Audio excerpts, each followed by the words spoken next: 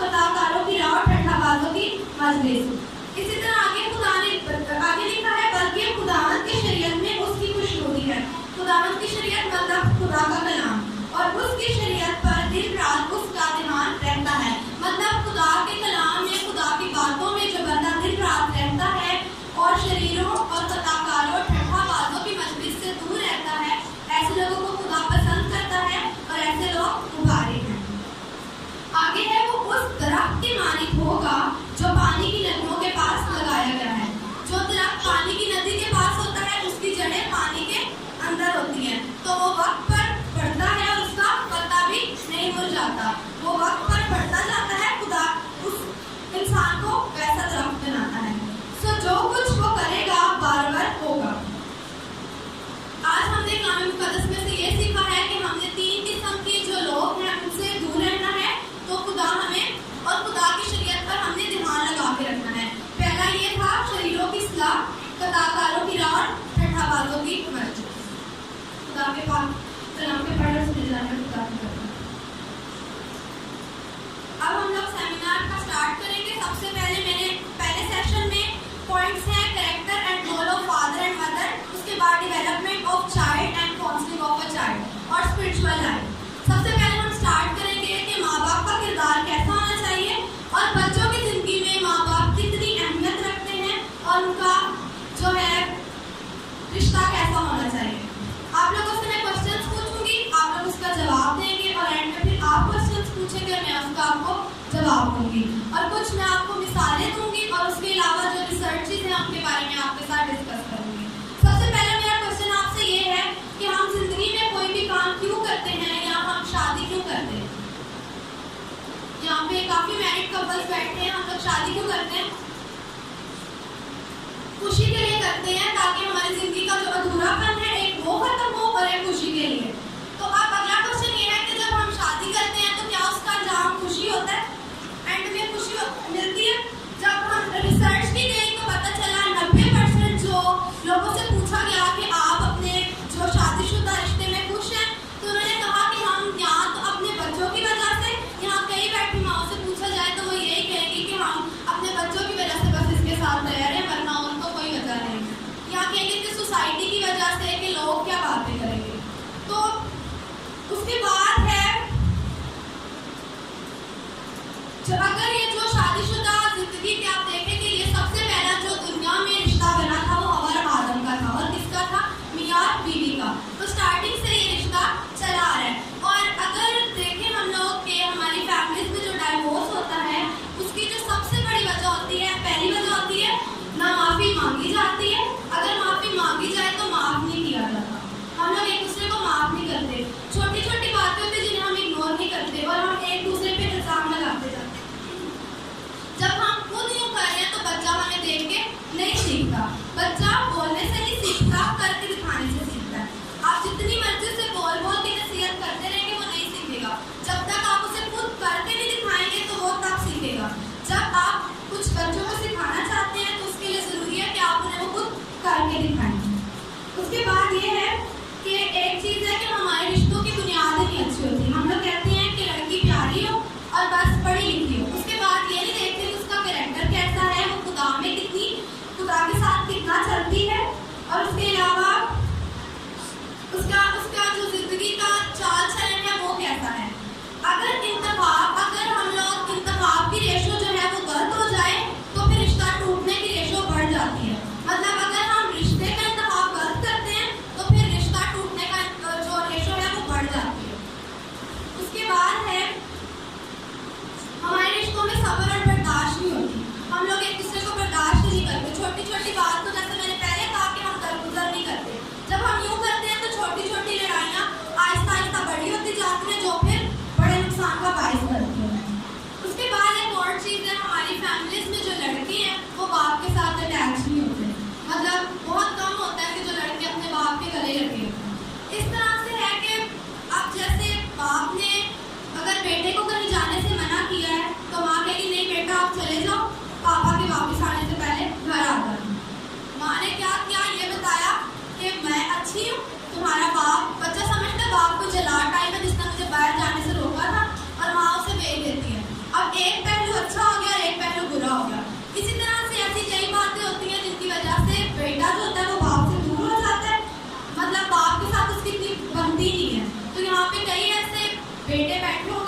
बाप के काम ही करने देते हैं, ज़्यादा बेटियां अपने बाप के अटैच होती हैं।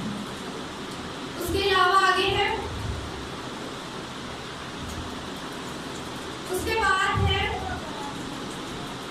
माँ बाप दोनों बच्चे के लिए जरूरी होते हैं। हमारे कुछ ऐसे होते हैं कि बाप बाहर के मुल्क जैसे फॉरेन कंट्रीज में चले जाते हैं और बच्चे माओ के पास रहते हैं। एक मैं आपको मिसाल देती हूँ, अगर पूरा किचन बना दिया गया, उसमें कबर्ड, बर्तन, हर चीज रख दिए गए, अगर उसमें चूल्हा नहीं रखा जाता तो क्या किचन कंप्लीट है? नहीं है। इसी वजह से दोनों जो है माँ और बाप बच्चों की जिंदगी में बहुत अहमियत रखते हैं। बाप का भी उतना ही होना जरूरी है जितना माँ का होना जरूरी है। उसके बाद आगे है रोल ऑफ पेरेंट्स।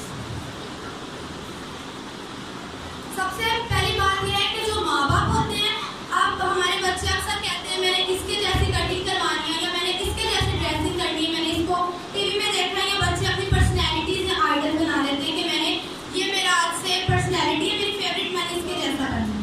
बच्चा सबसे पहले किसको देखता है? अपने माँ बाप को, और रहता किसके साथ है? अपने माँ बाप के साथ।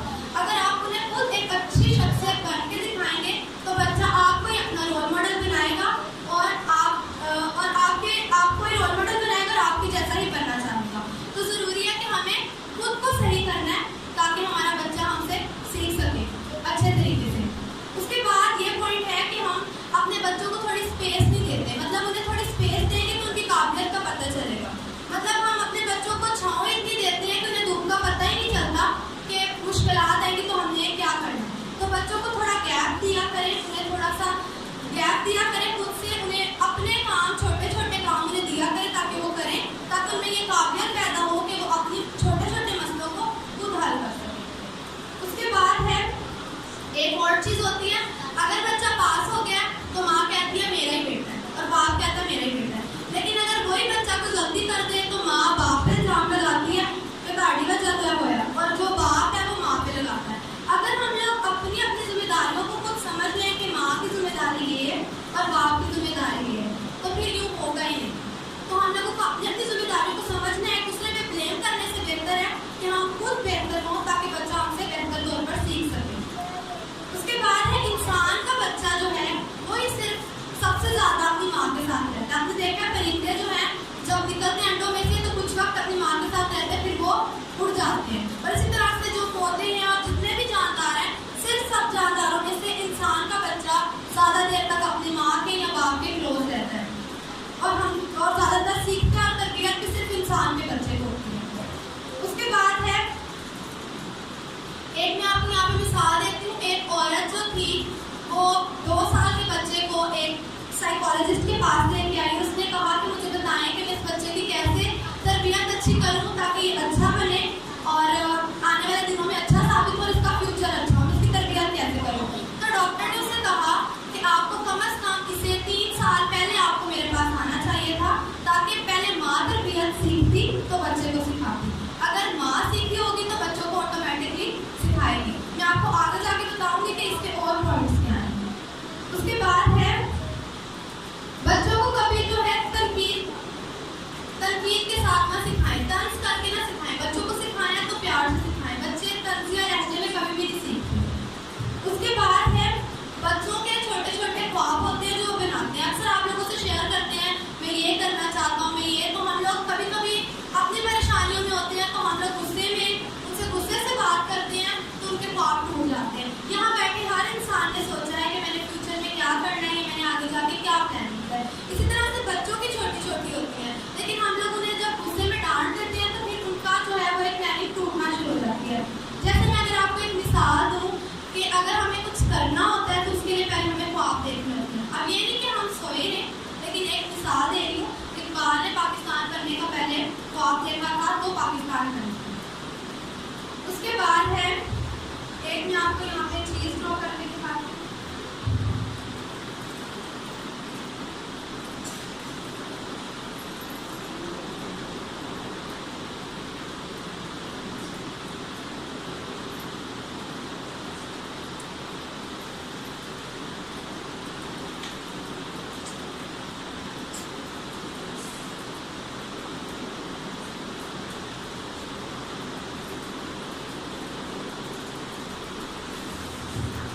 स्कूल, माँ, बाप, रिश्तेदार, दोस्त सोसाइटी और सेंटर में बच्चा। इन सब से बच्चे की शख्सियत बनती है और यहाँ फिर इस शख्सियत से बच्चे को लोग वाह करते हैं या फिर थू होती है। ये जो सब कैरेक्टर हैं, ये जितने मैंने लिखे हैं, ये सब मिलकर एक बच्चे की शख्सियत को बनाते हैं। अगर ये सब अच्छे होंगे तो बच्चा अच्छी तरबियत सीखेगा। सबसे पहले तो मेन है माँ और बाप, उसके बाद सोसाइटी और एटिकेट। अब एक शख्सियत क्या होती है मैं आपको बताती हूँ।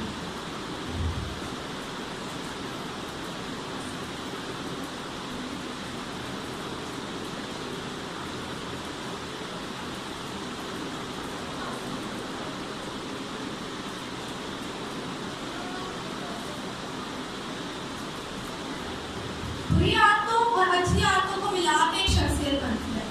हर इंसान में अच्छी खूबियाँ भी होती हैं और बुरी खूबियाँ भी होती हैं सब, और इन दोनों चीज़ों को मिलाकर एक शख्सियत बनती है।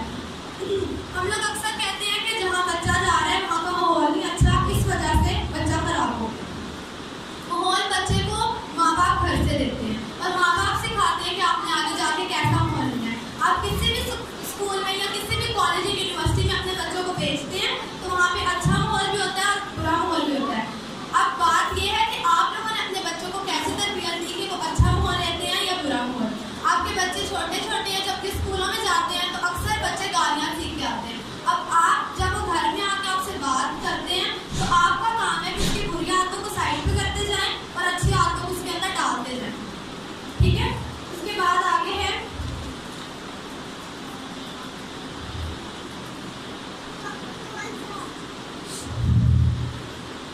एक चीज है, अगर बच्चा बचपन में बहुत ज्यादा अकेला बैठ के रोया है या अगर ज्यादा बच्चा बचपन में उदास रहा है तो वो बड़ा होकर बहुत कम दूसरे लोगों का एहसास करेगा। जो लोग सख्त दिल होते हैं बचपन में उनके साथ बहुत ज्यादा जुल्म वगैरह किया जाता है। मैं आपको एक आदमी की तस्वीर दिखाती हूँ।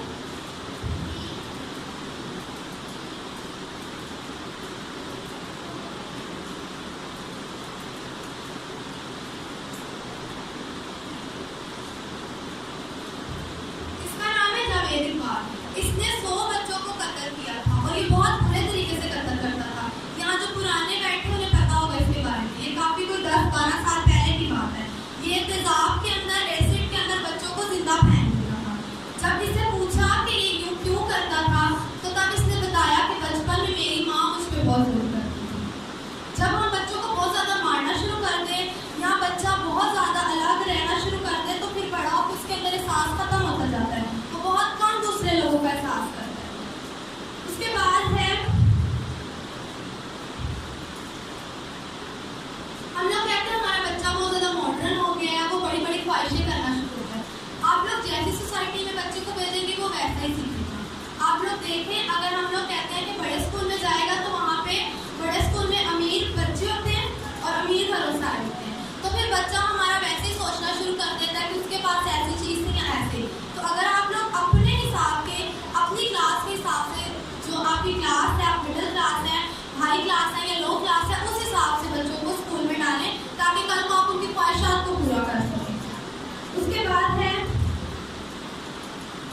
अब एक बच्चे को ग्लास अगर फेंक के दिया जाता है या कोई चीज़ फेंक के दी जाती है तो बच्चा कभी भी आपको कोई चीज़ हाथ में नहीं पकड़ेगा। जिस बच्चे को शुरू से चीज़ फेंक के दी जा रही है तो वो बच्चा आपको चीज़ हाथ में नहीं पकड़ाता। तो उसके लिए ज़रूरी है, जैसे मैंने पहले कहा, अगर बच्चों को सिखाना है तो करके दिखाना पड़ेगा, बोलने से बच्चा कभी सीखता नहीं। उसके बाद है हम लोग छोटे छोटे बच्चे जिस तरह से ये बैठे हैं, जब हम लोग शाम को अपनी जॉब से वापस आते हैं तो बच्चों को कहते हैं इतनी तुम्हारी गाड़ी की फीस थी, कितना ट्यूशन की फीस थी, कितनी स्कूल की। हम जब छोटे बच्चों को रियलाइज़ करवाना शुरू करते हैं तो बच्चे डिस्ट्रैक्ट होना शुरू करते हैं, वो सीखते ही उस रास्ते से हटना शुरू कर देते हैं। उन्हें लगता है कि हमारी वजह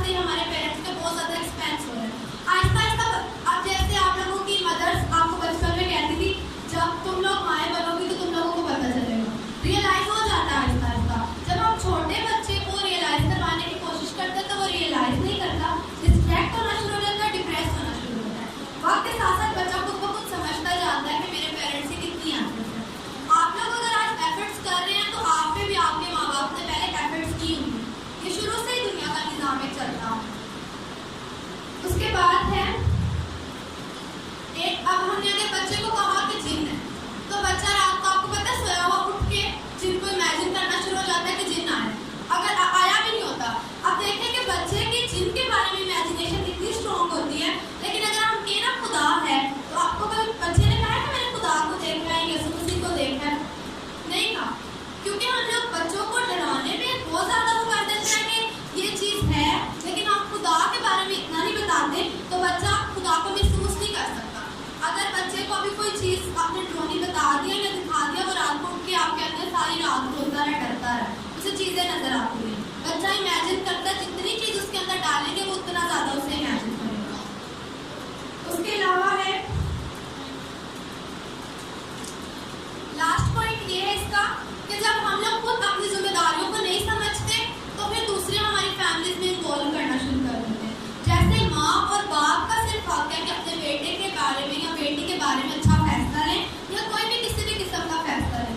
जब माँ बाप नहीं बोलते, तो फिर फैमिली के दूसरे रिश्तेदार या दूसरे लोग हमारी फैमिलीज में इन्वॉल्व होना शुरू हो जाते हैं और हमें मशवरे देते हैं। फिर बात औकात नहीं होता कि वो मशवरा गलत साबित होता है, फिर हमारा नुकसान होता है। नुकसान के वक्त कोई नहीं आता, लेकिन मशवरों के वक्त सभी आ जाते हैं। उसके बाद मेरा नेक्स्ट पॉइंट है डेवलपमेंट ऑफ चाइल्ड। इसमें ये है कि जब मदर प्रेग्नेंट होती है, तो बेबी फर्स्ट स्टेज से अपनी मामा की बात सुन रहा होता है। पहले दिन से बेबी का कान बनता है, तो बच्चा तब से सुन रहा होता है, उसकी मदर के साथ अटैचमेंट होती है। हम लोग कई दफ़ा ऐसी, अब जैसे इसराइल में जो मदर्स हैं, वो 12 साल की उम्र तक अपने बच्चों को जो 613 कवानीन है वो सिखा देती हैं, और उनकी शख्सियत आहिस्ता आहिस्ता उनकी शख्सियत में से वो कवानीन नजर भी आना शुरू होते हैं। और जब वो प्रेग्नेंट होती है, अपनी प्रेगनेंसी से ही दुआ करना शुरू करती हैं, बाइबल पढ़ती हैं और हर वक्त सताइश करती रहती हैं, प्रस्तिश करती रहती हैं। लेकिन जब हम लोग टीवी के आगे बैठे रहेंगे, साजिशें देखेंगे, ड्रामों में डिफरेंट चीज़ें देखेंगे, तो बच्चा भी वही सीखेगा।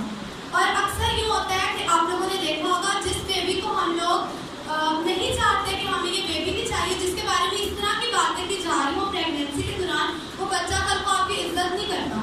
बच्चा सब कुछ सुन रहा होता है, उसे अल्फाजों की समझ नहीं होती, लेकिन उसके अंदर एक ऐसे एहसास पैदा होना शुरू हो जाते हैं बचपन से ही कि ये मेरे पेरेंट्स तो मुझे चाहते नहीं थे, तो वो बच्चा आपकी कदर नहीं करता, बहुत कम आपको रिस्पेक्ट देता है।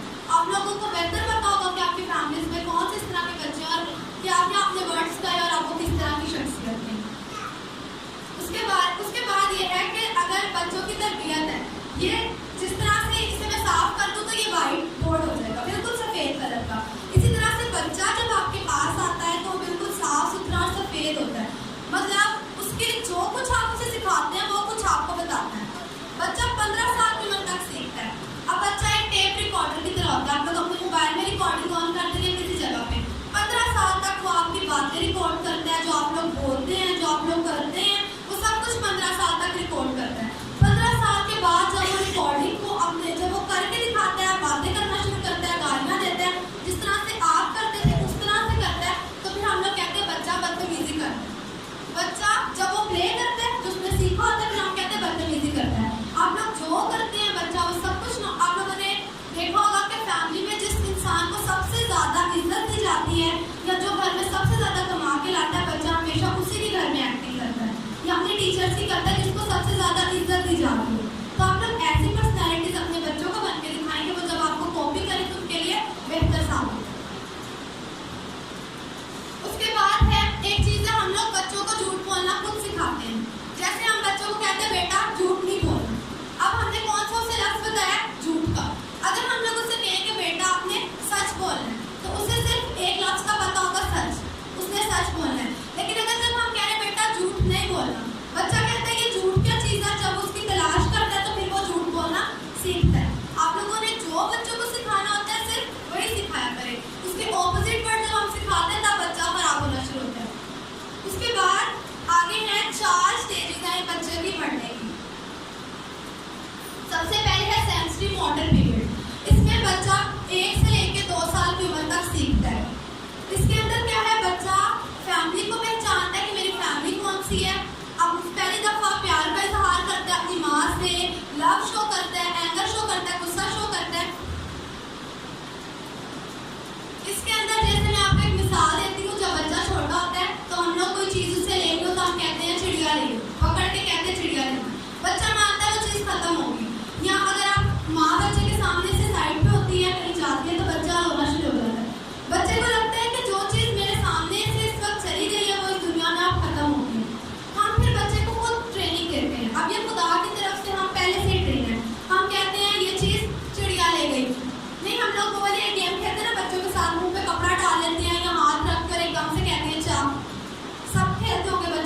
जाती है तो हम बच्चों को खुद बताते हैं, अगर कोई चीज़ जाती है तो वो वापस भी आती है।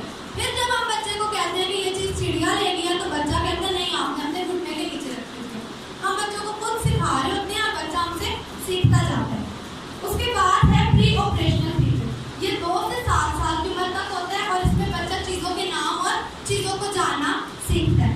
उसके बाद है कंप्लीट कंसेप्चुअल पीरियड, ये 11 से ये 7 से लेके 11 साल की उम्र तक होता है। इसमें बच्चा स्कूल जाना शुरू करता है और सोचना शुरू करता है। इसकी मैं आपको एक पिक्चर दिखाती हूँ।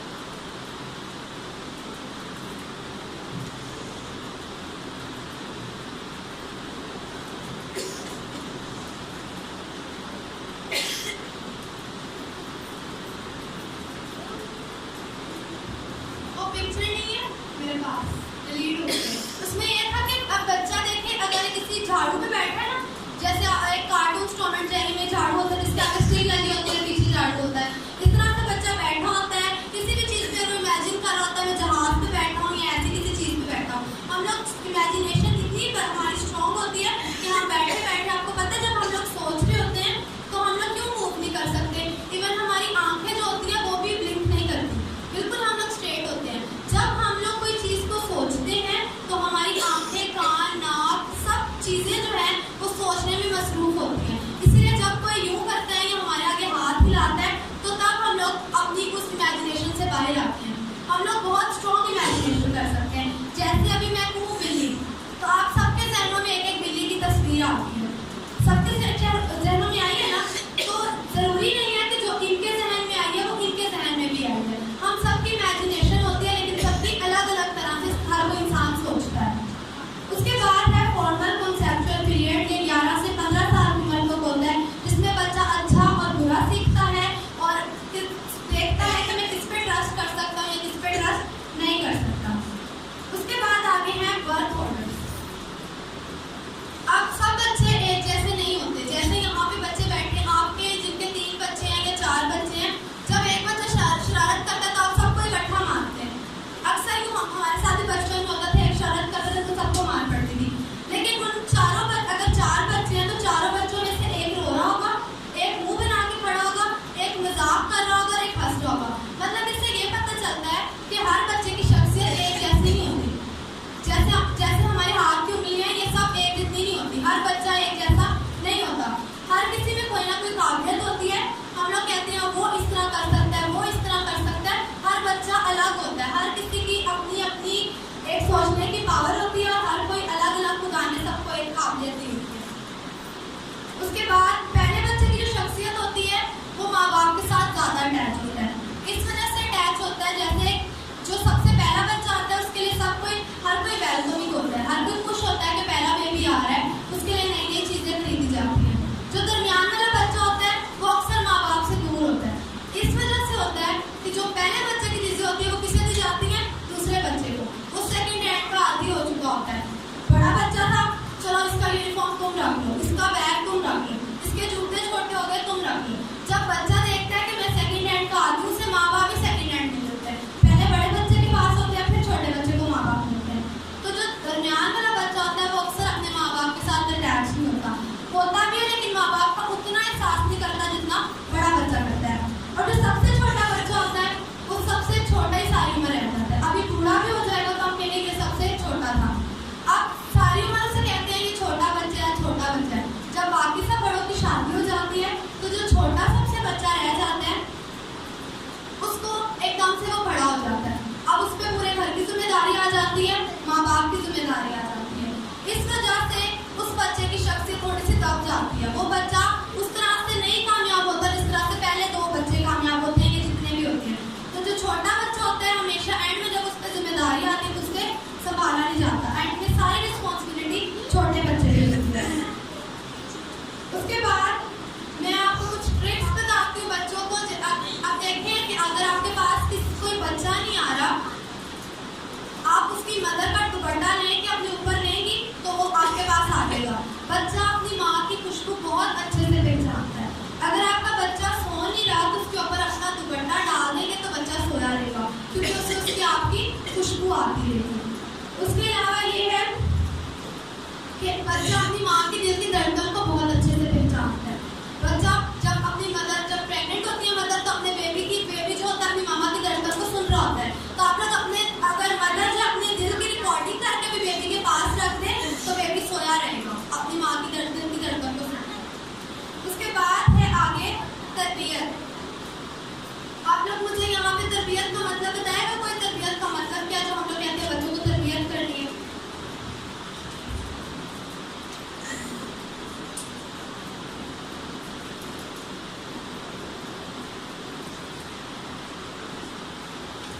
बताएगा? हम लोग अपने बच्चे को शहीद बनाते बनाते बच्चा पता चलता चूजा बनता है। शहीद ऊंची प्रवास करता चूजा जो होता है वो छोड़ना चाहता है। तो हम लोग जो है उसकी तरबियत जो है, अब मैं आपको बता दूं तरबियत का मतलब क्या है। तरबियत जो है वो 3 चीज़ों से मिलकर बनती है। सबसे पहले है एतमाद। बच्चे को कॉन्फिडेंस होना चाहिए खुद पे कि मैं ये कर सकता हूँ, और उसका एतमाद अपने माँ बाप पे होना चाहिए। वही बच्चा तरक्की करता है जिसके पास शाबाश ग्रुप होता है। शाबाश ग्रुप में कौन होता है? माँ और बाप। अगर आप लोग अपने बच्चों को अप्रिशिएट करेंगे, जैसे आपकी बेटी छोटी सी रोटी बना के ले आई है या आपके बच्चों ने कोई ड्राइंग की है, तो आप लोग उन्हें अप्रिशिएट किया करेंगे कि आपने अच्छा किया है। जब हम आहिस्ता आहिस्ता की छोटी छोटी चीज़ों को अप्रिशिएट करते हैं तो बच्चा सीखता है। जैसे मैं आपको एक मिसाल देती हूँ। अगर आपने नोट किया कि जब आप लोग पैदल कहीं पे चल रहे हो रोड वगैरह की साइड पे, तो आप लोग सीधा चल रहे होते हैं, लेकिन बच्चा अक्सर मुश्किल रास्ता लेना पसंद करता है। ऊंचाई वाली जगह से साइड्स पे जो बैरियर होते हैं उसके ऊपर चढ़ जाता है, या किसी साइड पे जो फुटपाथ वगैरह बने होते हैं उनके ऊपर चलना शुरू कर देता है। बच्चा शुरू से मुश्किल रास्ता लेना पसंद करता है, लेकिन हम उन्हें कहते हैं कि इस रास्ते पे आओ। हमें कभी कभी बच्चों को मुश्किल रास्ता भी लेने देना चाहिए ताकि वो उससे सीखते हैं। उसके बाद है क्रिएटिविटी। ये क्या होती है कि बच्चे को अपने मसले खुद हल करने आते हैं। हमें ये सिखाना होता है बच्चों को कि आप अपना मसला खुद हल करें। आप बच्चों में एक इत्मीनान पैदा करें कि आप अपना मसला खुद हल कर सकते हैं। जैसे आपके बच्चे छोटी छोटी आपको शिकायतें आके लगाते हैं कि बाहर से मुझे किसी ने थप्पड़ मार दिया, मेरी पेंसिल चोरी कर ली मेरी किसी क्लास में, तो आप लोग क्लास में जाके टीचर को कह के आते हैं कि इसकी पेंसिल किसी ने निकाल दी है। तो आप लोग जो है बच्चों को अपने छोटे छोटे मसले खुद हल करने दिया करें, ताकि उनमें ये काबिलियत पैदा हो कि वो अपने बड़े मसलों को भी हल कर सकें। उसके बाद है, अब बच्चों को हम लोग छोटे होते कहानियाँ सुनाते हैं परियों की, कभी कहते हैं ड्रोनी कहानी सुननी है, मजाकी कहानी सुननी है। आप लोग बच्चों को 10 ऐसी कामयाबी की कहानियाँ सुनाएं। बाइबल मुकद्दस भरी हुई है बहुत ज़्यादा नबियों के साथ जिन्होंने बहुत कुछ किया। जब आपके बच्चे आपको कहानियाँ कहते हैं, आप कलाम मुकद्दस की सिखाया करें, उन्हें सुनाया करें, ताकि वो कलाम में से सीखें, या कुछ उन्हें ऐसी कहानियाँ सुनाया करें जो उनके लिए बरकत का बायस हो, या कल को उन्हें पता हो। आप देखें पानी जो होता है जिस ग्लास में डालेंगे वो उसी की शेप दे देगा, ऐसे ही है ना। अगर ग्लास में डालेंगे तो ग्लास की तरह हो जाएगा, किसी बाउल में डालेंगे तो बाउल की तरह हो जाएगा। आप लोग उसको कोई ऐसी स्टोरीज दें, उन्हें ऐसी कहानियाँ कामयाबी की बताएं ताकि वो उनसे सीखें और कामयाब हो। उसके बाद है घर का माहौल ठीक होना चाहिए। जैसे है कि घर में रोटी कम हो सकती है लेकिन कदरें कम नहीं होनी चाहिए। इसकी मिसाल मैं आपको ये देती हूँ। अगर एक छोटा सा बच्चा देख रहा है कि आज 10 रुपए के लिए थप्पड़ पड़ सकता है, तो फिर हमने बच्चों को क्या सिखाया कि 10 रुपए की कीमत ज़्यादा और इंसान की कीमत कम है। फिर कल को जब माँ बाप बीमारी में मर रहे होते हैं, उन्हें दवाई की ज़रूरत होती है, तो बच्चे दवाई नहीं ला के देते। क्यों नहीं ला के देते? क्योंकि हमने पहले बताया होता है कि इंसान से ज़्यादा किसकी कदर है? पैसों की। तो बच्चा किसको बचा के रखता है? पैसों को, और इंसान की कदर कम हो जाती है। तो अपने घर में कदरों को बढ़ा रखें कि माँ की कदर जितनी है, बाप की कदर जितनी है, बड़े बहन भाइयों की कदर जितनी है, कदरें कम ना हो लेकिन घर में रोटी कम हो जाए, वो चल जाता है। उसके बाद है आखिरी पॉइंट इसका, किरदार। आप लोगों को साबित किरदार होना जरूरी है। मतलब अगर आप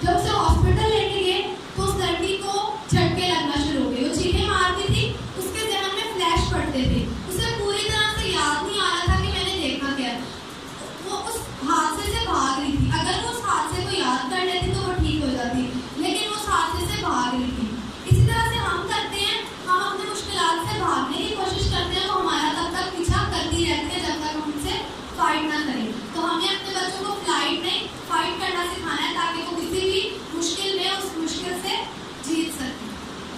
उसके बाद 3 तरह से हमें अपनी शख्सियत बनानी है।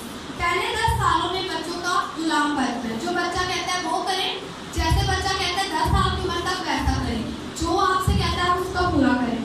फिर 11 से 20 साल तक की उम्र में उसके हाकिम बन जाए, हुक्म करते रहे। अब जो आपने पहले 10 सालों में जिस तरह से आप उसके गुलाम बन के लेंगे, फिर हाकिम जब बने तो जो आप बच्चे से बात करें वो बच्चा आपकी बात पूरी करे। और 20 से जितनी उम्र तक वो जिंदा रहता है, जब तक वो रहता है, उसके दोस्त बनते हैं। फिर जब बच्चा बड़ा हो जाता है तो आपको पता है जिनके बच्चे यहाँ पे बड़े हैं वो शेयर करना शुरू कर देते हैं, आपसे आपकी प्रॉब्लम्स पूछना शुरू कर देते हैं। जैसे मैंने पहले कहा कि आहिस्ता आहिस्ता बच्चों को रियलाइज होना शुरू हो जाता है कि हमारे माँ बाप हम पे कितनी मेहनत करते हैं। उसके बाद आखिरी पॉइंट है स्पिरिचुअल लाइफ, और उसके बाद फिर हम लोग ब्रेक करेंगे, उसके बाद दूसरा सेशन स्पिरिचुअल लाइफ। इसके अंदर है कि आप लोगों ने देखा कि हन्ना सैमुअल को कितनी साल की उम्र में लेके आई थी हैकर में? 8 साल की उम्र में। हन्ना ने कहा था कि जब मैं सैमुअल का दूध छुड़वाऊंगी तो इसे खुदा की हैकल में दे दूंगी, खुदा के हजूर में पेश कर दूंगी। और हन्ना ने उसको 613 कवानीन सैमुअल को पूरे सिखाए थे। क्या हम लोग अपने बच्चों को खुदा के घर में लाते हैं? हम लोग जैसे ही बच्चा बड़ा होना शुरू होता है, 6 साल की नहीं, अब तो 3-4 साल की उम्र से शुरू कर देते हैं किसको कौन से स्कूल में डालना है या कहाँ में पढ़ाना है। हम लोग ये चीज़ें शुरू कर देते हैं, लेकिन हम लोगों को खुदा की तरफ से रुझान हट जाता है।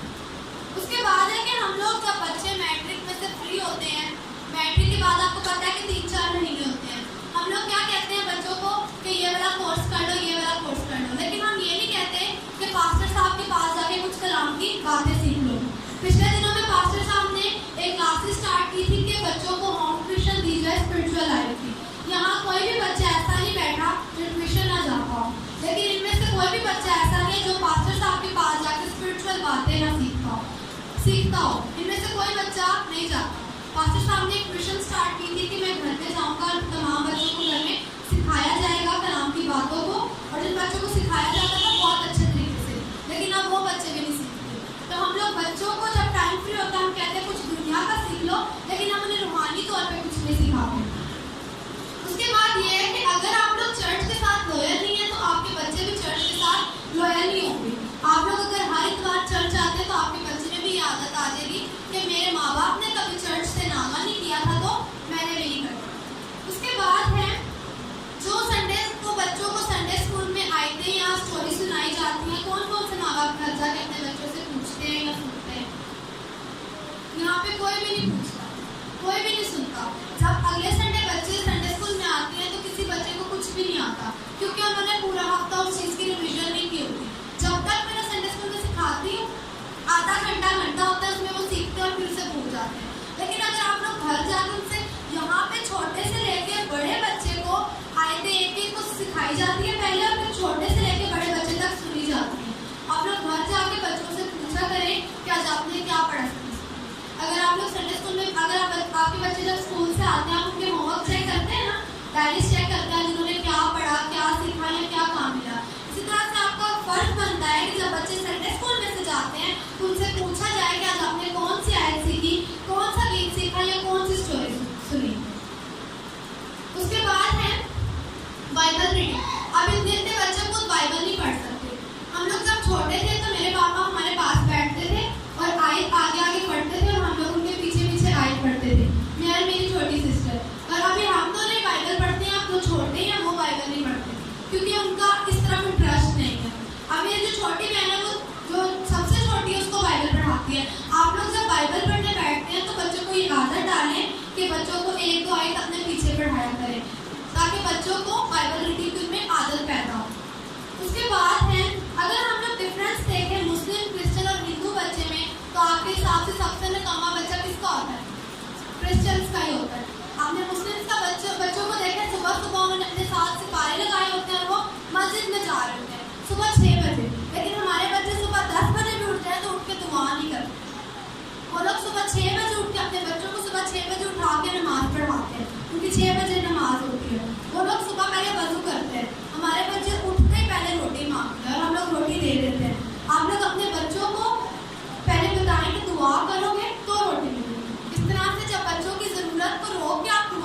एफर्ट डालेंगे तो वो खुद ब खुद ये चीज सीखना शुरू हो जाएगा। उसके बाद है एक चीज है, जब आप लोगों ने देखा है कि जब आप लोग चर्च में जिस तरह से आप लोग प्रस्तिश कर रहे होते हैं, आपका बच्चा आपको देख के प्रस्तिश करता है। जब संडे को यहाँ पे प्रस्तिश होती है तो आप लोग भरपूर तरह से प्रस्तिश में इन्वॉल्व हुआ करें, ताकि जो बच्चे आप लोगों के आपके पास बैठे हैं वो आपको देख के कॉपी कलर प्रस्तिश करवाने आए, ठीक है। और उसके अलावा एक चीज ये है कि जब आप लोग चर्च में आते हैं तो आके सबसे पहले हम क्या करते हैं, दुआ करते हैं। लेकिन कई ऐसे लोग यहाँ बैठे हैं जो दुआ से पहले आसपास के लोगों को सलाम करना शुरू हो जाते हैं, अभी दुआ के दौरान दूसरों को सलाम कर रहे होते हैं। तो आपका बच्चा भी यही सीखता है। जब आपको दुआ करने लगते हैं चर्च में आके, तो उससे पहले अपने बच्चों को कहा करें कि दुआ करो। चर्च में आप सबसे पहले दुआ करते हैं और फिर आप दुआ क्या करें। तो इस तरह से आपके बच्चों के अंदर अच्छी आदतें पैदा होंगी। आइए हम सब लोग अपनी आंखों को बंद करेंगे और मेरे राष्ट्र के साथ में इस सेशन की शुरुआत करें।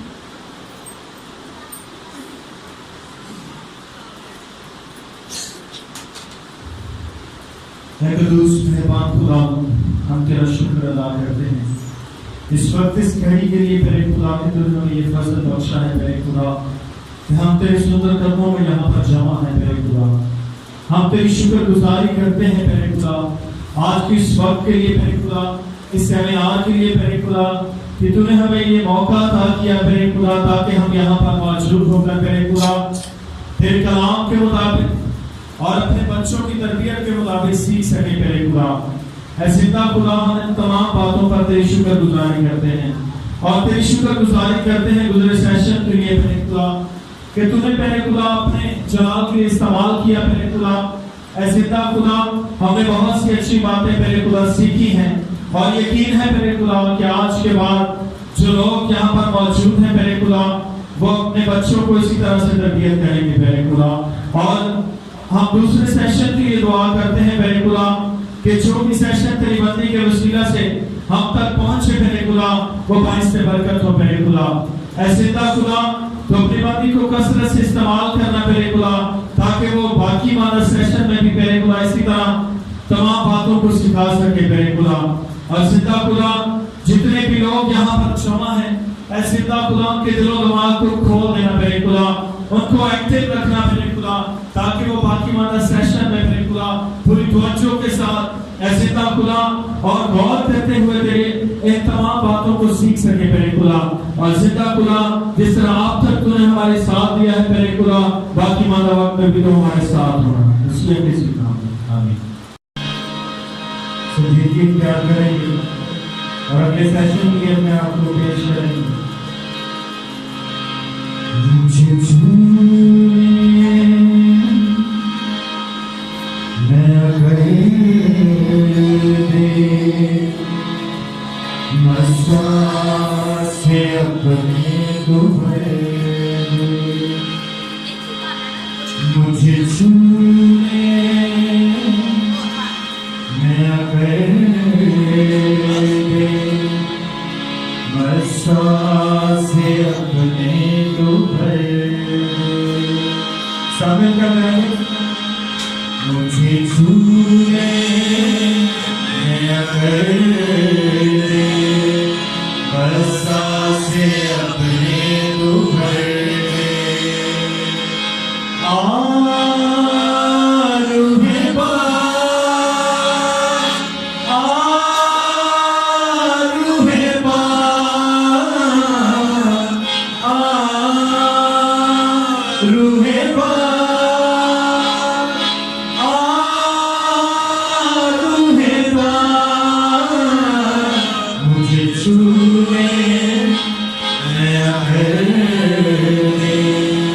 मस्ता से अपने दुबरे, मैं कमजोर हूँ मुझे जोर दे, यीशु की गुरबत सिखा मुझको।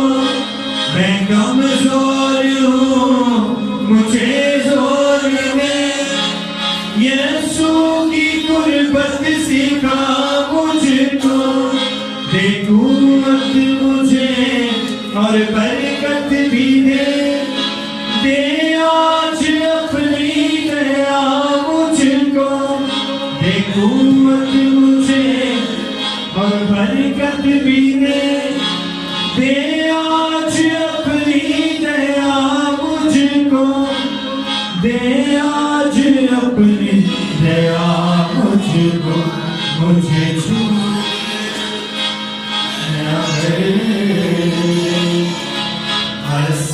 से अपने दुबर मुझे छू ले नया कर दे, बरसा से अपने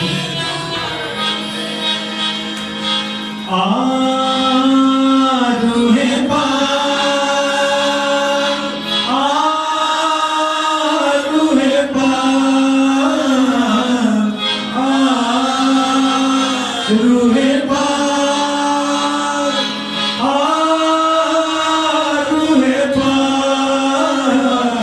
मुझे छूए नया कर दे, बरसा से अपने दुबर मुझे छूए नया कर दे, बरसा से अपने दुबर।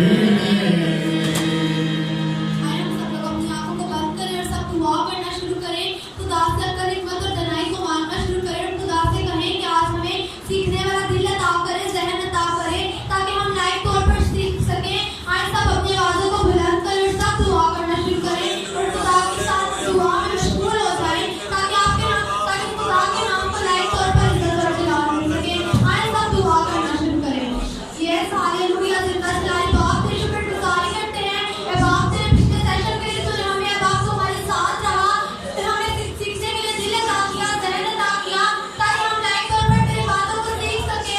और ए बाप बैठी जाने के लिए तेरे आगे मिन्नत करती हूँ। ए बाप जिनके साथ मैंने लाइव तौर पर इस्तेमाल करना, और ए बाप साथ में सो के वो बातें करना जो तू अपने लोगों को सिखाना चाहता है। और ए बाप मैं तेरे आगे मिन्नत करती हूँ, आज तेरे लोग गहरे तौर पर लाइव तौर पर तुझसे सीख कर जाएं, ताकि तेरा नाम इज्जत और जलाल पाए। ए बाप बैठी के जान के तुझसे बरकत की दुआ मांगती हूँ। ए बाप कोई भी आग तेरे घर से तृष्णा न लौटे, तू एक जान के साथ मना कसरत से बरकत देना। ए बाप तो ये छू सब कुछ छू कसरत से बरकत दे। ये सब कुछ मांगते हैं पाले तेरे घर में बेटे मसीह के नाम में आमीन। हमारे सेकंड सबसे पहले सेक्शन के हवाले से किसी का कोई क्वेश्चन हो? जितने मैंने पॉइंट्स बताए थे उसमें से किसी का भी कोई क्वेश्चन है ना कर पूछ सकते हैं। सेकंड सेशन में 2 पॉइंट्स है, एजुकेशनल लाइफ और सोशल लाइफ, कि बच्चों की एजुकेशनल लाइफ कैसी होनी चाहिए और सोशल लाइफ कैसी होनी चाहिए। सबसे पहले हम बात करेंगे एजुकेशनल लाइफ पे। अब मैं आपसे 5 सवाल पूछूंगी और आप लोग मुझे उसके क्वेश्चंस के आंसर दीजिए। क्या आप चाहते हैं कि आपका बच्चा सच बोले? Yes. क्या आप चाहते हैं कि आपका बच्चा बड़ों का एहतराम करे? Yes. आप लोग चाहते हैं कि आपका बच्चा दीनदार हो, खुदा के साथ अटैच हो, खुदा की कलाम की बातों को सीखे? Yes. उसके अलावा क्या आप लोग चाहते हैं कि आपका बच्चा इल्मदोज़ हो, जिसके पास बहुत सा नॉलेज हो, आप उससे कोई सवाल पूछे तो उसके पास उस हर सवाल का जवाब हो? Yes. और उसके अलावा आखिरी सवाल ये है कि आप लोग चाहते हैं कि आपका बच्चा दूसरों की जिंदगी में आसानियां पैदा करे? Yes. इसके लिए क्या जरूरी है? कैसे होगा ये सब बच्चों में? अच्छी तरबियत देने से।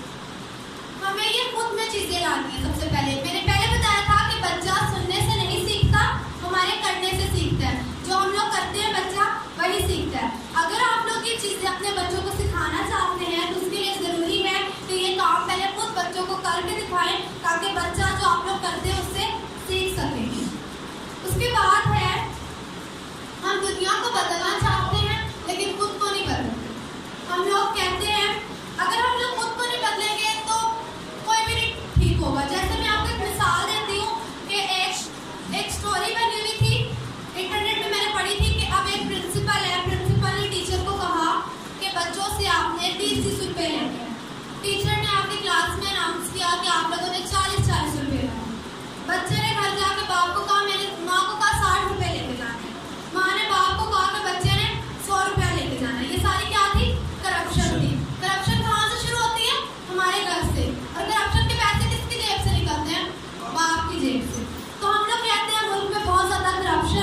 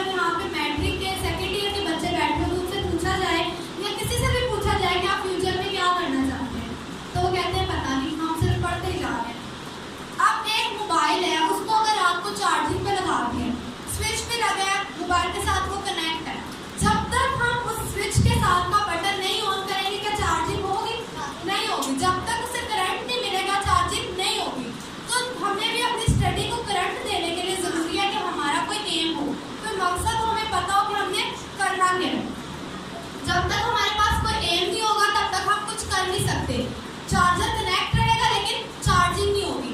फिर हमारी डिग्रियां क्या होंगी, रसीदें होंगी, रसीदें निकाल के देंगे इतने इतने पैसे लगे थे, इस क्लास में इतने लगे थे, इस क्लास में इतने लगे।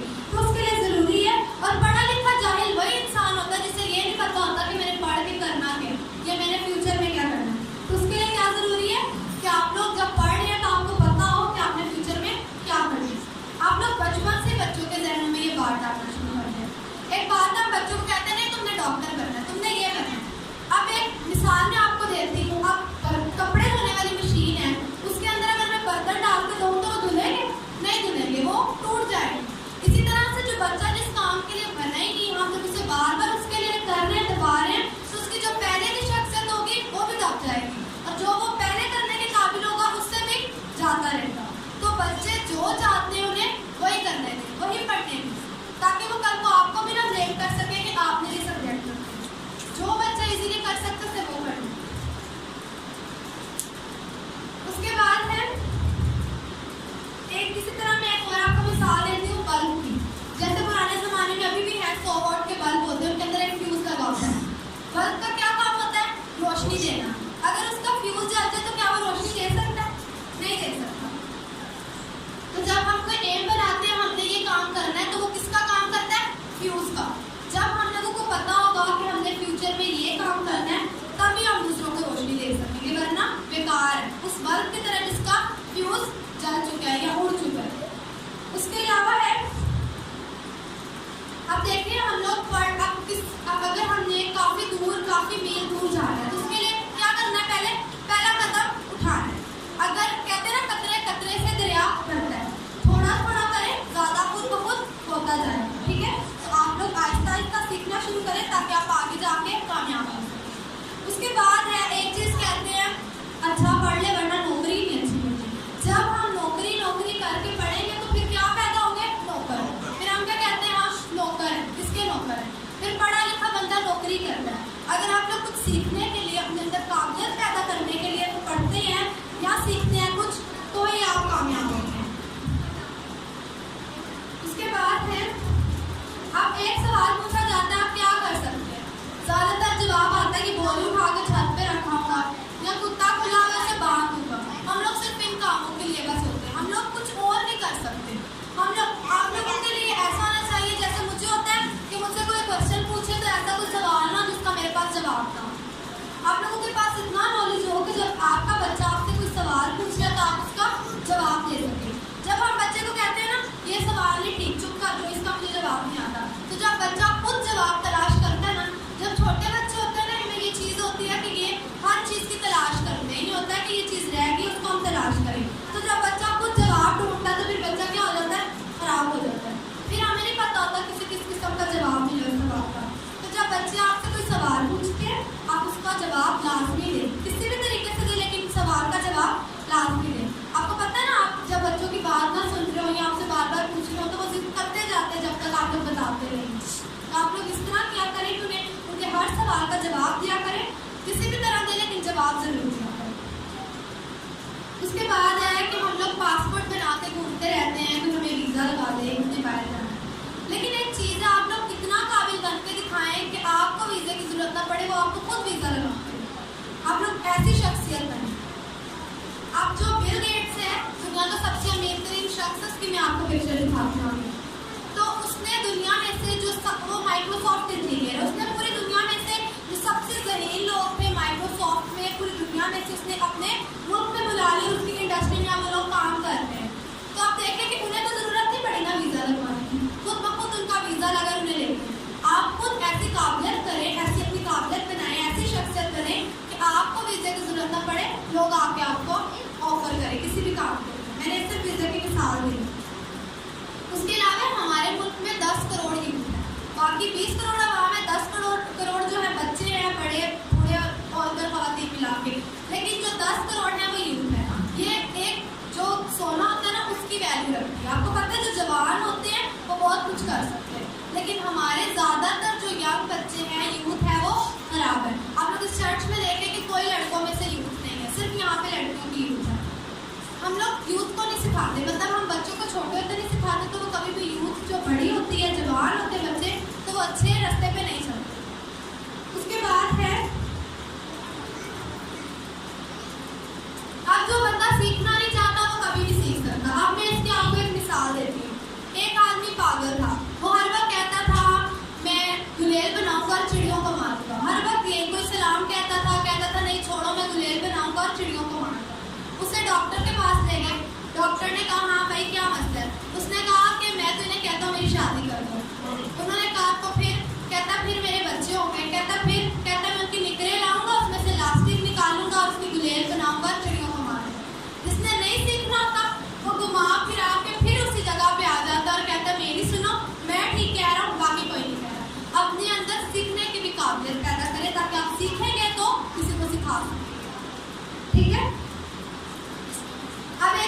है कि आप लोग जिस चीज़ से मोहब्बत करते हैं, जिस चीज़ से दिल लगा लेते हैं, आप देखिए अगर पास्टर्स हैं तो वो खुदा के साथ चलते हैं तो उनकी शख्सियत में से यीशु मसीह की या अच्छी चीज़ें नज़र आती हैं जो वो सिखाते हैं।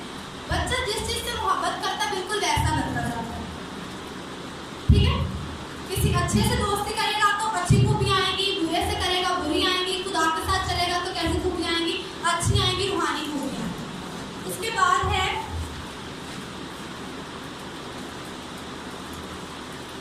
अब एक चीज़ है कि यहाँ पे जो बच्चे हैं उन्हें भी रियलाइज करना चाहिए कि हमारे माँ बाप सारा दिन मेहनत करते हैं, सारा दिन कमा के आकर के हम पे लगाते हैं, वो लोग अपनी ख्वाहिशें नहीं पूरी करते। एक मुझे कोटेशन बहुत पसंद है, वो ये है कि जो ख्वाहिशें थी वो बाप के पैसों से पूरी होती थी, अपने पैसों से तो अब अपनी ज़रूरतें भी नहीं पूरी होती। जो ख्वाहिशें थी वो सिर्फ माँ बाप ही पूरी करते हैं, बाद में अपनी ज़रूरतें भी अपने पैसों से नहीं पूरी होती। यहाँ पे माँ बाप बैठे नहीं, पता है कितना सेक्रीफाइस करना पड़ता है, अपने कपड़े रहने देते हैं, बच्चों को ले लेते हैं, खुद खाना नहीं खाते लेकिन बच्चों को खिला देते हैं। लेकिन यही काम आपके माँ बाप भी आपके साथ करते थे। अगर आप लोग इस उम्र में आके अपने बुजुर्ग माँ बाप की इज्जत नहीं कर रहे तो कल को आपके बच्चे भी आपकी इज्जत नहीं करेंगे।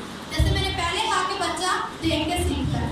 आप लोगों ने अगर इसीलिए कहते हैं कि आज तो हड़ना ना अच्छा कर रहे हैं, तेरे बच्चे भी खाते तेरे नाल अच्छा नहीं करेंगे। तो अगर देखें एक माँ, अभी आजकल एक असूल नया चला है कि माँ भी जॉब करती है और बाप भी जॉब करता है। अब एक माँ बाप बच्चों को चाइल्ड हाउस में छोड़ के आ सकते हैं तो कल को बच्चे नहीं छोड़ के आएंगे ओल्ड हाउस में। सोचने वाली बात है ना, कहते हैं ना माँ का रिश्ता बहुत मजबूत होता है बच्चों के साथ। एक माँ अगर ओल्ड हाउस में चाइल्ड हाउस में बच्चों को छोड़ के आ सकते हैं तो फिर कल को माँ बाप भी तैयार हो जाए कि आपके बच्चे भी आपको ओल्ड हाउस में छोड़ के आएंगे या वैसे ही छोड़ देंगे। अगर आप लोगों ने उनके साथ मोहब्बत रखनी है, जितनी आपकी जिंदगी है उसके लिए ज़रूरी है कि आप उन्हें अपने माँ बाप के साथ मोहब्बत करें। आप लोगों को पता है कि आप लोगों के बच्चे आपके लिए कितने ज़रूरी हैं, यहाँ पे सबको पता है। तो इसी तरह से आपके माँ बाप के लिए आप लोग बहुत ज़रूरी हैं। उसके बाद है हम लोग कहते हैं कि पैसा बहुत कमाया है लेकिन इज्जत नहीं।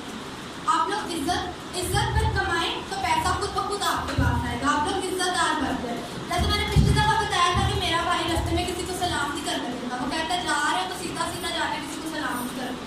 लेकिन अब हम अपने पापा के साथ जाएं तो रास्ते में कितने लोग सलाम करते हैं पापा को। मतलब क्या है कि हमने इज्जत कमानी है, हम लोग पैसा कमाना सीखते हैं। अब हम कहते हैं हम बहुत अमीर हैं। अमीर शख्स वो नहीं होता जिसने पैसे कमा लिए, जिसकी औलाद नकम्मी रह गई है, जिसने कुछ सीखा नहीं है, पढ़ा नहीं है, तो वो क्या होते हैं, नकम्मे हो जाते हैं उनके बच्चे। आप लोगों ने देखा है कि अमीरों के बच्चे अक्सर जो होते हैं बिगड़े होते हैं, वो पढ़ते नहीं हैं। मैं आपको एक आदमी यहाँ पर दिखाती हूँ।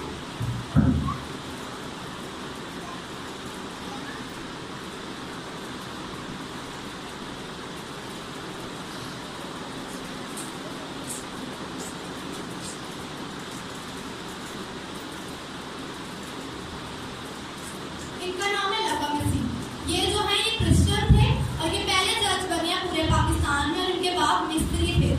मतलब जो गरीबों का बच्चा होता है ना, ये पहला क्रिश्चियन इंसान पूरे पाकिस्तान में पहली दफ़ा कोई जज बना था। ठीक है, तो जो है ये कि अमीरों के बच्चे जो होते हैं वो हमेशा बिगड़ जाते हैं।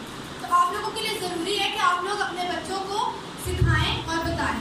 एक चीज़ और है कि हम लोग जब पढ़ लिख लेते हैं तो क्या होता है कि हम लोगों में गरूर आ जाता है। आप लोगों ने कभी नोट किया जो अकड़ी हुई टहनी होती है उसके साथ कभी फल नहीं लगता, जो नरम टहनी होती है हमेशा फल किसके साथ लगता है, उसके साथ। जो अकड़ा रहता है उसके साथ कभी फल नहीं लगता, बस उसे गरूर ही रहता है और गरूर का सर नीचा होता है। तो जिस टहनी जो सूखी होती है, कमज़ोर होती है, जो थोड़ी झुकी हुई होती है, फल हमेशा उसके साथ लगा होता है। तो हमें खुद डिसाइड करना है कि हमने गरूर रखना है या हमने नरम हो जाना है। अगर आप लोगों ने कुछ बच्चों को सिखाना है या खुद इज्जत कमानी है तो क्या करना पड़ेगा, झुकना पड़ेगा। खुदा को क्या पसंद है, खाकसारी पसंद है। उसके बाद है बच्चों को ये बताएं कि आपके अंदर ये खूबी है। उन्हें कहें कि अपने आप को पहचानो कि तुम क्या कर सकते हो।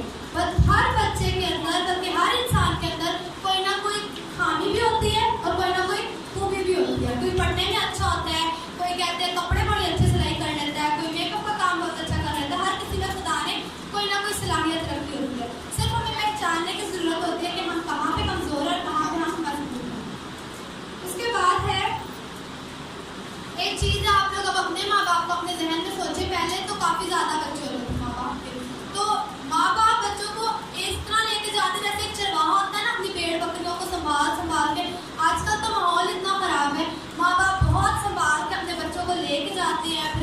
आते हैं और सारा दिन उनका ख्याल रहता है। अब हम लोग घर आकर अपने पापा को मैसेज करते हैं कि हम लोग घर पहुँच गए, मतलब इतनी जिम्मेदारी होती है। सबसे ज़्यादा जिम्मेदारी बेटियों की होती है। बेटियों को पढ़ाना और संभालना बहुत मुश्किल है, उन्हें संभाल कर रखना बहुत मुश्किल है। तो आप लोग अपने ज़हन में सोचें कि आपके माँ बाप ने आपको यहाँ तक पहुँचाने के लिए कितनी मेहनत की। आखिरी चीज़ है एजुकेशनल पॉइंट्स की, उसके बाद हम सोशल सीखेंगे और ये लास्ट है। इसमें यह है कि हम बच्चों को सिखाते हैं कि बेटा बस पढ़ो और शादी कर देनी है। ये मुस्लिम कंट्री है, यहाँ पे तुम्हें जगह नहीं मिलती, सबको मिलती है। ये कौन था? ये क्रिश्चियन था। क्रिश्चियन लोग आप लोग अगर आप में काबिलियत है तो ऐसा हो ही नहीं सकता कि आपको जगह न मिले, आपको अच्छी जॉब ना मिले, आपको इज्जत ना मिले, कि आप कामयाब ना हो। आप लोग बच्चों के ज़हनों में जब ये बातें डालते हैं तो बच्चा नहीं पढ़ता, उसे पता होता है हमें आगे जाकर जगह नहीं मिलनी, हमने सिर्फ पढ़ना है, क्या करनी है, शादी करनी है। इसलिए हमारे बच्चों का हर वक्त होता है हमारी शादी कर दे। खासतौर पर हमारी फैमिली में लड़कों को बहुत ज़्यादा होता है। मैं आपको इस तरह से और लोग दिखाती हूँ जो क्रिश्चियन थे, उन्होंने बहुत ज़्यादा अपना नाम कमाया पाकिस्तान में।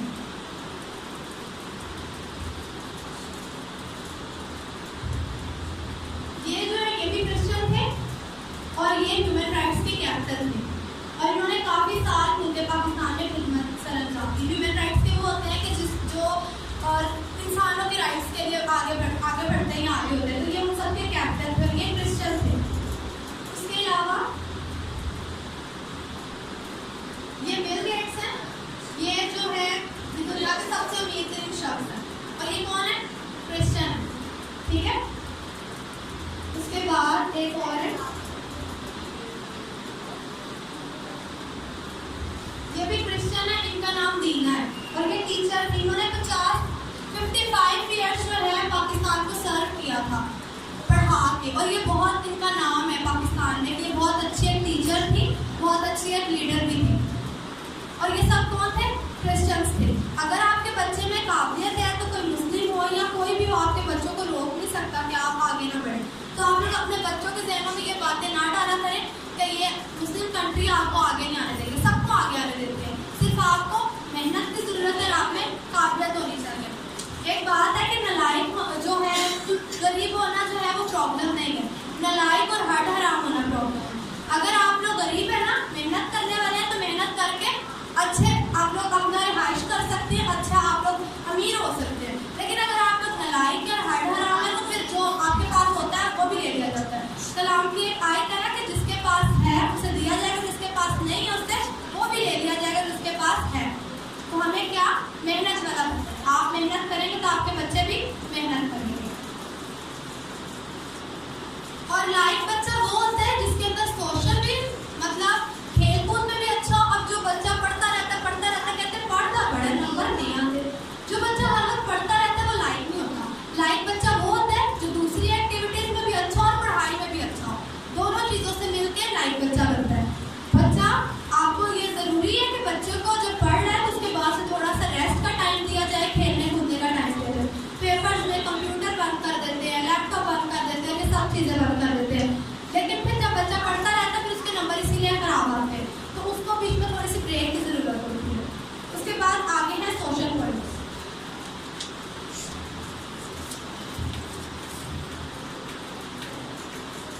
सबसे पहला स्कूल बच्चे का कौन सा होता है? माँ की गोद। बच्चा सबसे पहले उसकी टीचर कौन होती है? माँ। माँ के पास बच्चा सबसे ज़्यादा टाइम रहता है और माँ ही बच्चे को सिखाती है। माँ की गोद क्या होती है बच्चे के लिए? पहला स्कूल होता है, ठीक है। अब इसके लिए है कि माँ का कैरेक्टर कैसा होना चाहिए। अब एक चीज़ है, अगर मैं यहाँ जमाई लेना शुरू कर दूँ, बार बार लूँ, तो आप लोगों को भी नींद आना शुरू हो जाएगी। ये साइकोलॉजी का एक पॉइंट है, रिफ्लेक्स। अब जो माँ कर रही है उसका रिफ्लेक्स किस पे पड़ रहा है? बच्चे पे। जैसे मैंने आपको पहले बताया कि अगर हम जमाई ले रहे हैं तो सब लेना शुरू हो जाएंगे, या एक बंदे के सामने बार बार कोई ले रहा है तो वो भी सोना शुरू हो जाएगा। तो जो माँ कर रही है बच्चा क्या कर रहा है? सीख रहा है। बेशक वो चुप करके सीख रहा है या बोल के सीख रहा है, ठीक है। उसके बाद है, एक बात की जाती है कि एक कामयाब इंसान के पीछे औरत का हाथ होता है। वो औरत कौन होती है? बहन होती है, बेटी होती है, माँ होती है या बीवी होती है? बाकी सभी बताएं। माँ होती है। माँ ने अच्छी तरबियत की होती है, बीवी आके तरबियत तो नहीं करती ना, साथ रहती है। तो जो माँ की तरबियत होती है, ये जो एक कोटेशन लगाई गया है कि एक कामयाब इंसान के पीछे एक औरत का हाथ होता है, वो औरत माँ होती है। अगर माँ ने अच्छी तरबियत की है तो बच्चा कामयाब होता है, अच्छे काम करता है। उसके बाद है कायद आज़म का एक कौल है। कायद आज़म ने कहा कि तुम मुझे तरबियत वाली या अच्छी माएँ ला के दो तो मैं तुम्हें अच्छी कौम पैदा करके दूंगा। अगर माएँ अच्छी होंगी तो बच्चे क्या होंगे? अच्छे होंगे। सखी माँ का बेटा क्या होगा? सखी होगा। ठीक है। उसके बाद है, अब सवाल यह है कि माओ की तरबियत कैसे की जाए। अब अक्सर माँ यहाँ पे सोच रही होगी अब ये हमें तरबियत करना सिखाएगी। मतलब एक चीज है कि अगर आपने माओ की तरबियत कर ली तो उसके लिए क्या जरूरी है? अपनी बेटियों की तरबियत करें, ताकि कल को जब ये माएँ बने तो अच्छी माएँ बने। इनकी तरबियत हुई होगी तो आने वाली कई नस्लें अच्छी तरबियत आगे देंगे और अच्छी नस्लें बनेंगी। ठीक है। उसके बाद है, अब एक जो माँ होती है ना, वो बच्चे को कहती है तुम्हारा काम मुझ पर बहुत जरूरत करता है, मेरे साथ ये भी होता है, मेरे साथ वो भी होता है, मैं सारा दिन काम, ये तो अक्सर माँ कहती है मैं सारा दिन काम करती रहती हूँ, ये हो गया वो हो गया। जब बच्चा दुख सुनता जाता है ना तो फिर वो एक वीक कैरेक्टर बन जाता है। दुख सुन सुन के बच्चा वीक होना शुरू हो जाता है और फिर वो उन वीक टूल्स को लेके जो है कामयाब होना चाहता है, लेकिन वो कामयाब नहीं होता। हाँ, और उसे फिर कोई बताने वाला नहीं होता कि तुम्हारे पास वीक पॉइंट्स है। हम लोग क्या करते हैं, हम लोगों को फिर वो बच्चा ऐसा हो जाता है, कहता है सब मुझ पे तरस खाए, अपनी मजबूरियाँ सुनाता है ताकि दूसरे को दुख हुआ और मेरे पे तरस खाए। फिर वो बच्चा कभी इंसान बन जाए, बड़ा हो जाए, शादी हो जाए, बूढ़ा हो जाए, वो कभी भी ठीक नहीं होता। उसे यही होता है दूसरे मेरे पे तरस खाएंगे और मैं उनसे कुछ ना कुछ ले लूँगा, मेरी जिंदगी गुजर जाएगी। तो बच्चों के सामने अपने दुख ना शेयर करो, बच्चों के साथ अच्छी बातें शेयर करो।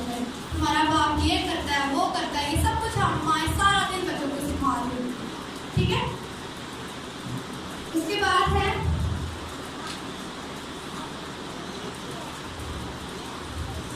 अब माँ बच्चों को बताए कि आप क्या हो, इम्पोर्टेंट हो, आपकी एक अहमियत है, आप हमारे लिए बहुत जरूरी हो।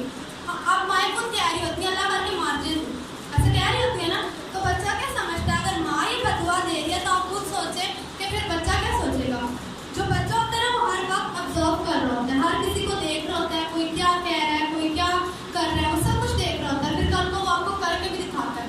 कई, जैसे डॉक्टर साहब ने पिछले संडे भी बताया था कि कई बच्चे तो अपने माँ बाप को मारते भी, वो इसीलिए मारते हैं जो आप उनके साथ करते हैं, फिर वो बच्चे भी करते हैं। ठीक है। उसके बाद अब फादर्स का रोल आगे बेटी की पहली मोहब्बत कौन होती है? यहाँ बेटियाँ माएँ काफ़ी बैठते हैं, पहली मोहब्बत कौन होती है लड़की की? बाप होता है। यहाँ पे मैं आपको बाहर भी कुछ पिक्चर्स दिखाती हूँ, उसके बाद हम आगे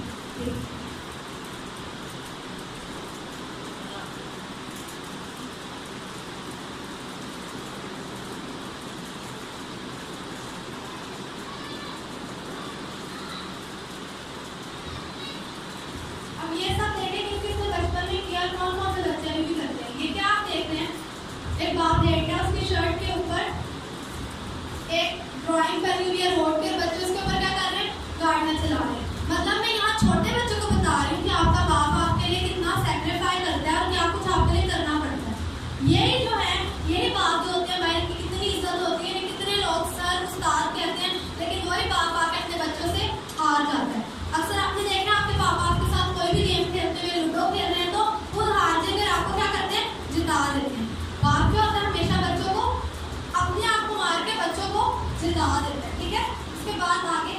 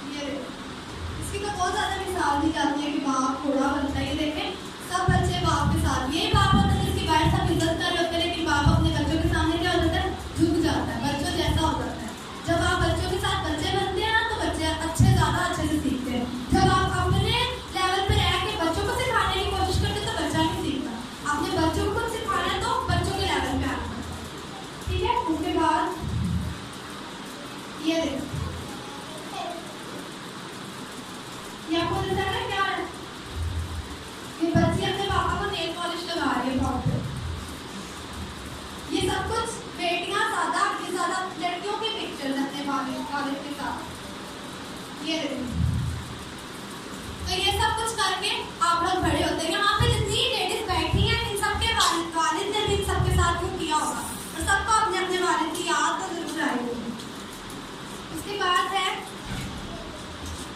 आगे है, अब एक चीज है कि जो वालिद हैं अक्सर यहाँ पे जो वालिद होते हैं उनको अपनी बीवियों को मारपीट करने की आदत होती है। अब बच्चा जो होता है ना वो माँ के जिस्म का एक हिस्सा होता है। बच्चा बाप के साथ जुल्म होता बर्दाश्त कर लेता लेकिन माँ के साथ नहीं करता। जितना मर्जी करता रहेगा कि मेरी मामा के साथ नहीं बनती या मेरी मामा ये वो, लेकिन जब माँ के साथ कुछ हो तो बच्चा सबसे ज्यादा उस वक्त तकलीफ में होता है। क्यों होता है? क्योंकि वो माँ के जिस्म का हिस्सा होता है। अब देखें अगर किसी इंसान के सामने ब्लास्ट हुआ है, कोई बॉम्ब फटा है ना, तो इंसान के ज़हन में 3 दिन तक वो उसके दुख में रहता है कि बॉम्ब फटा था मेरे सामने, ये हुआ था वो हुआ था। लेकिन इंसान बच्चा कभी भी ये नहीं भूलता। बचपन में भी आप लोगों में से भी अगर किसी ने अपनी मामा को बचपन में मार पड़ते अपने पापा से देखा तो आपको अभी भी याद होगा कि आपकी मामा को आपके पापा ने मारा था। अपनी लड़ाइयाँ अपने झगड़े अपने बच्चों से दूर रखा करें। जब बच्चा सुनता है देखता है तो बच्चा परेशान होता है और उन चीज़ों को लेना शुरू कर देता है। ठीक है, उसके बाद है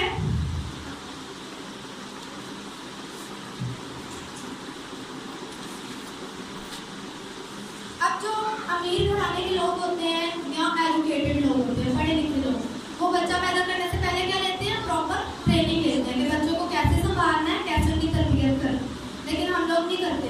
हमारे एक ही कमरे में काफ़ी ज़्यादा बच्चे पैदा हो जाते हैं, लेकिन अंग्रेज़ों का क्या होता है? उनके सेपरेट होना शुरू हो जाते हैं। ठीक है, तो वो क्या लेते हैं? उन्हें तरबियत होती है, प्रॉपर ट्रेनिंग लेते हैं, लेकिन हम लोग नहीं लेते, जिसकी वजह से हमारी औलाद नाफरमान होती है। आप लोग अगर हॉरर मूवीज देखें तो उसमें छोटे छोटे अंग्रेज़ों के बच्चे होते हैं, कितने बहादुर दिखाते हैं। आपके बच्चे नहीं होते। आपका बच्चा बाहर दुकान तक चला जाए तो आपको फिर से टेंशन होती है कि पता नहीं वापस नहीं आ रहा, कहाँ रह गया। इतना अपने बच्चों को बहादुर करें कि वो जब आपसे दूर भी हो तो बेहतर हो और वो अपने आप को सर्वाइव कर सकते बेहतर तौर पर। ठीक है, उसके बाद अगली एक चीज़ है कि हम लोग लड़कों और लड़कियों में बहुत ज़्यादा फर्क करते हैं। ये हमारे घरों में बहुत ज़्यादा होता है। ठीक है, अब एक चीज़ है कि लड़कों पहले मैं लड़कों पे बात करूँ। अब जिनका एक बेटा होता है उसे बहुत बिगाड़ दिया जाता है, नहीं मेरा एक ही बेटा है। लेकिन आप लोग ये चीज़ क्यों नहीं सोचते कि अगर एक बेटा है तो उसी ने आपको सारी जिंदगी संभालना है। उसे आज बिगाड़ देंगे तो कल को आपको अपने पास रखेगा।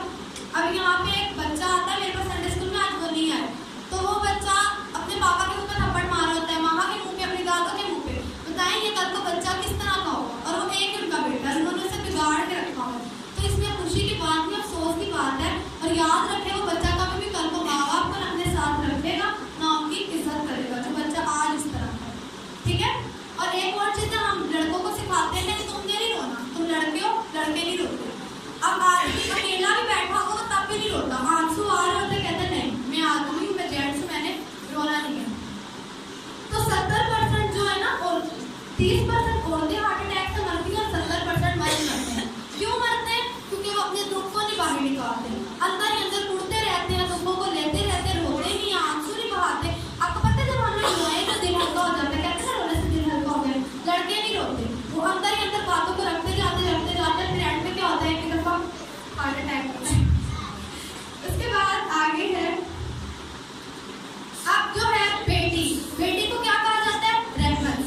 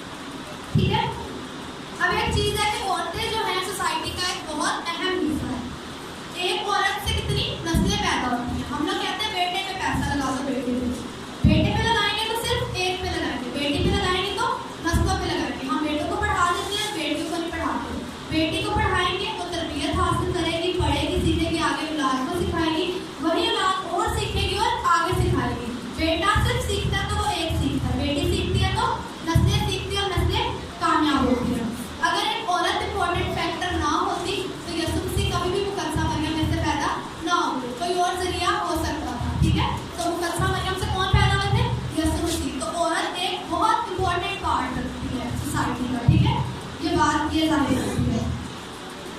इसके बाद है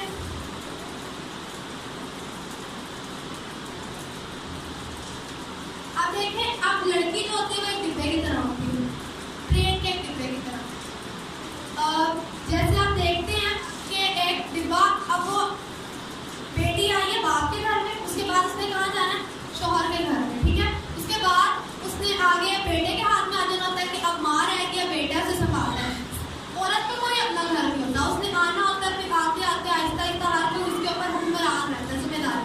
जो औरत होती है वो डिपेंडेंट होती है, मर्द पे डिपेंडेंट होती है, पहले बाप पे, फिर शौहर पे, फिर अपने बच्चों पे या बेटे पे, लेकिन मर्द डिपेंडेंट होता है, ठीक है। उसके बाद आखिरी पॉइंट है, उसके बाद मैं क्लोज कर दूँ, ठीक है। शेयरिंग का पॉइंट है, हम लोग बच्चों को शेयर करना नहीं सिखाते। हम लोग क्या करते हैं, लंच बॉक्स बैग में डालकर कहते हैं दोस्तों में जितना तो फेर तो होगी, तेरा लंच है तो ही खाना। पेंसिल आप लोग अभी एक बच्चे के बैग में एक्स्ट्रा डाल के देखें, आपके बच्चे में बांटने की आदत है। लंच एक्स्ट्रा डालें ताकि दूसरा बच्चा खाए और आपके बच्चे में ये आदत पैदा हो कि वो दूसरों को दे। इससे एक और होगी कि आपके घर में जो टूटे बर्तन होते हैं, अक्सर रात को घरों में रोटियां बच जाती हैं सूखी, आप वो बच्चों को दें और उन्हें कहीं छत पे जाके रखें ताकि परिंदे उन्हें खाएं, उनसे सेर हो। अब देखिए, जब हम लोग बांटते नहीं है तो बरकत नहीं डरते, जिसने बांटा है उसने बरकत नहीं डाली। हम बच्चों को कमाना सिखा देते हैं लेकिन बरकत डालना नहीं सिखाते। पैसे हो, भाई मर रहे हैं, माँ बाप मर रहे हैं, पैसे दबा के बैठे रहते देते नहीं, क्योंकि बचपन में क्या नहीं सिखाया, शेयरिंग नहीं सिखाई, शेयर करना नहीं सिखाया कि दूसरों में बांटे। पेंसिल गुम जाए बच्चे की तो टीचर तक शिकायत जाती है, करते करते इतनी लड़ाई कर जाती है, प्रिंसिपल तक चली जाती है। शेयरिंग, अगर आपके बच्चे ने शेयर किया, अपने दोस्त को दिया, तो ये अच्छी बात है या बुरी थी? हम कहते हैं नहीं ये बुरी बात है, तुमने पेंसिल दिया तो क्यों दिया? अपने बच्चों को शेयर करना सीखो, ठीक है। आए हम सब लोग अपने कदमों पे खड़े होंगे, अपनी आंखों को बंद करेंगे, हम सब लोग मिलकर दुआ करना शुरू करेंगे इस बात के लिए कि जो कुछ आज हमने सीखा है खुदा हमारे जहनों में गहरा नक्श करे और इसके मुताबिक हम अपने बच्चों को पाल सके, सिखा सके, खुदा के खिलाफ चला सके। आए सब अपनी आंखों को बंद करें, दुआ करना शुरू करें। मेरे पास साथ से बात करके वो आगे आ जाए, सब दुआ करना शुरू करें, सब बुलंद आवाज़ों से दुआ करना शुरू करें।